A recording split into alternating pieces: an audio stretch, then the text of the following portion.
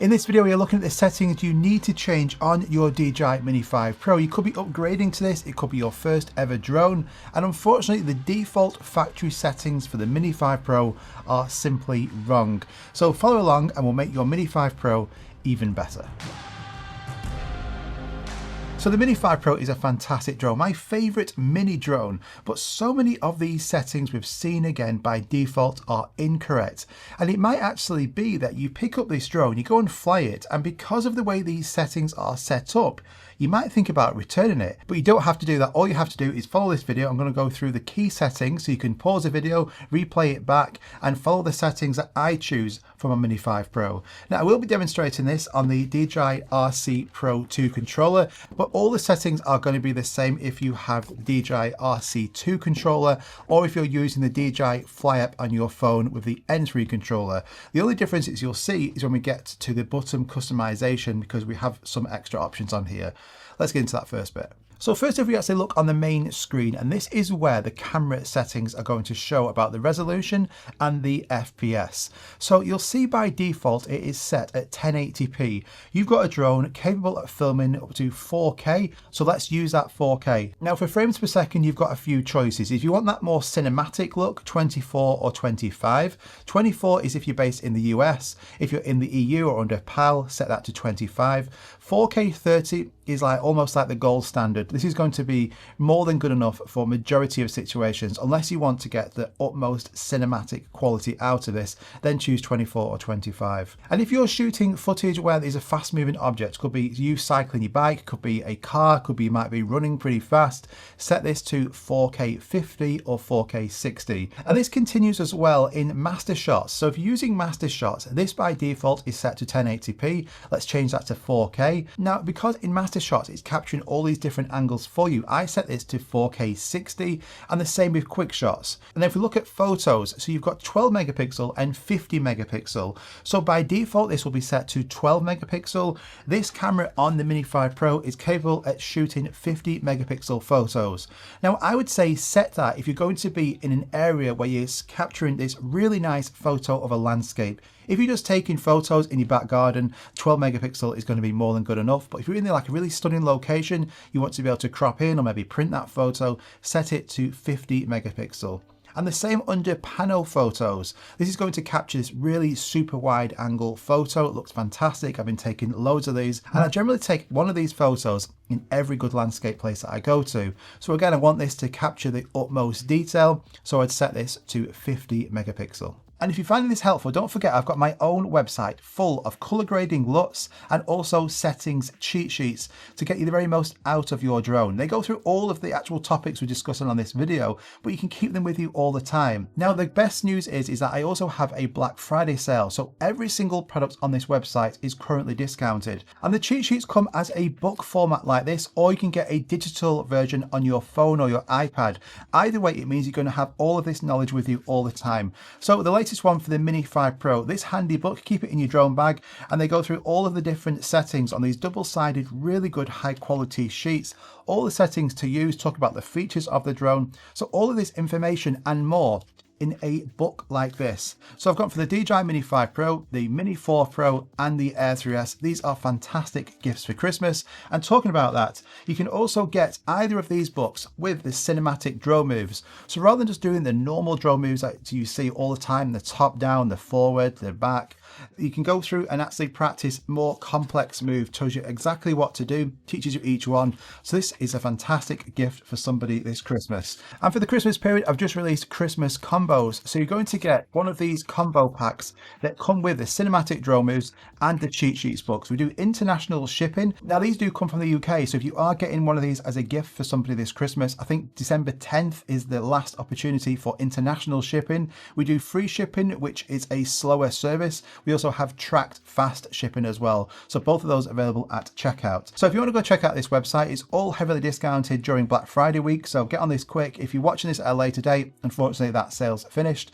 And don't forget, I've got them in both book format, digital format, and the cinematic LUTs as well to make your drone footage look so much better. Now swinging back to video, I always have an ND filter on. This is going to allow me to reduce that shutter speed. Without an ND filter, your shutter speed is going to be really high, which isn't going to capture the most realistic footage. Your footage is going to be pretty sharp, a bit like what happens when you're filming on your iPhone, really sharp video quality. Although it looks great, it doesn't look super realistic, doesn't it? Whereas if you have an ND filter on, you can reduce that shutter speed. Now with the shutter speed, you want that set to double what your frames per second are. So if I'm filming in 4K 25, I want my shutter speed to be 1/50, and if I'm filming in 4K 30, 1/60. Now for color profiles, we have 3 on the Mini 5 Pro. By default, this will be set to normal, and this is great for beginners who just want to get the video quality to look fantastic straight out of the drone without you needing to do anything. But if you want to get better quality, this is where D-Log-M is a much better option. It's what I personally shoot in all the time.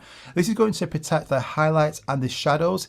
Now it does give you this flat, washed out color when you're looking at it. You can go into the settings and you can turn color display assist on, and this will show you what it's going to look like when you actually have color graded it, but it's presuming your color grade, so don't always rely on that. So I actually turn that off so I get this like washed out look, because then afterwards what I'm going to do, I'm going to apply one of my cinematic Mini 5 Pro LUTs. So I drag that onto my clip and it transforms it to look something like this. And because D-Log-M is protecting those highlights and shadows, I'm going to get the most flexibility in that workflow afterwards, and it looks so much better than normal. So think of it like this: if you're a beginner and you're not ready yet to actually learn about color grading, keep it in normal. If you are and you want to get better quality and you want to learn about color grading, or just use one of these cinematic LUTs that you can just drag onto your clip and all of this is done for you, then set it to D-Log-M. Now, if you're a beginner and you don't want to delve into pro settings just yet, that's absolutely fine. Keep it in auto, but where it says your exposure, you want to go on and actually change that to -0.3. Now, if we go to the camera settings, you'll see what says subtitles. Now, what this is, it's not like Netflix subtitles or anything. It's basically information that's going to be captured all the time about the drone. And then if you want to, you can put that into certain software and you can get all the information, that metadata about that drone flight. However, I can't recall any time recently doing that. Now, grid lines, really important for framing. Composition, super important with your drone flying. So at the moment, I've got my grid lines off, and it would be good if, like a camera, we could just actually hit a button and they would come on and off, but unfortunately we don't have that yet. And this first one is great if you want to actually orbit around a tower or a person or a car and you want to be fixed on something.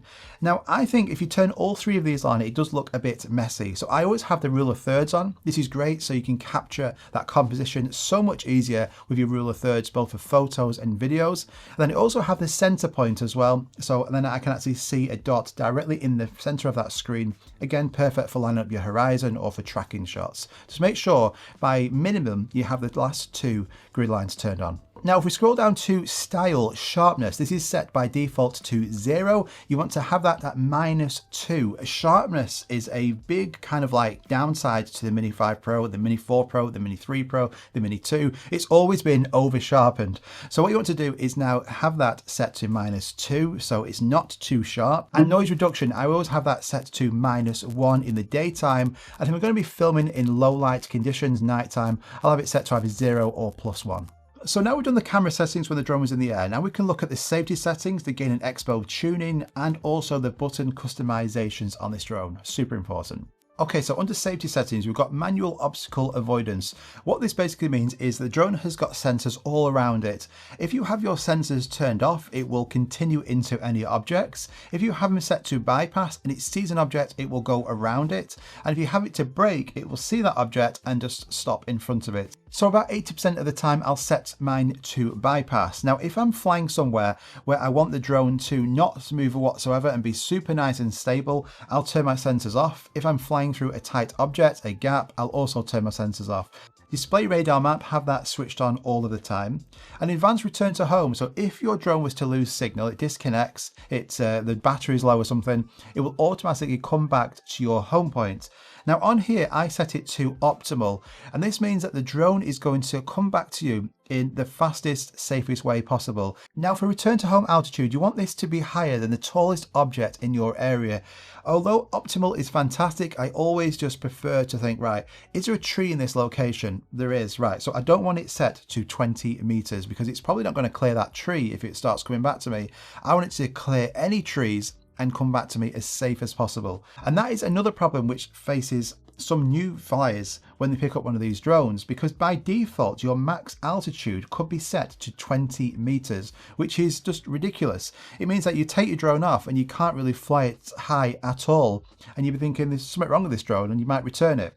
So the general rule is 120 meters or 400 feet is like the maximum height you should be going. Now under AR settings, you've got home points, you've got return to home route, and you've got shadow. Have all of these turned on. So the AR home point is great because it shows this little H icon on the screen. If you turn the return to home route on, you'll get the guidance on screen in this really nice green line. So it follows this line here.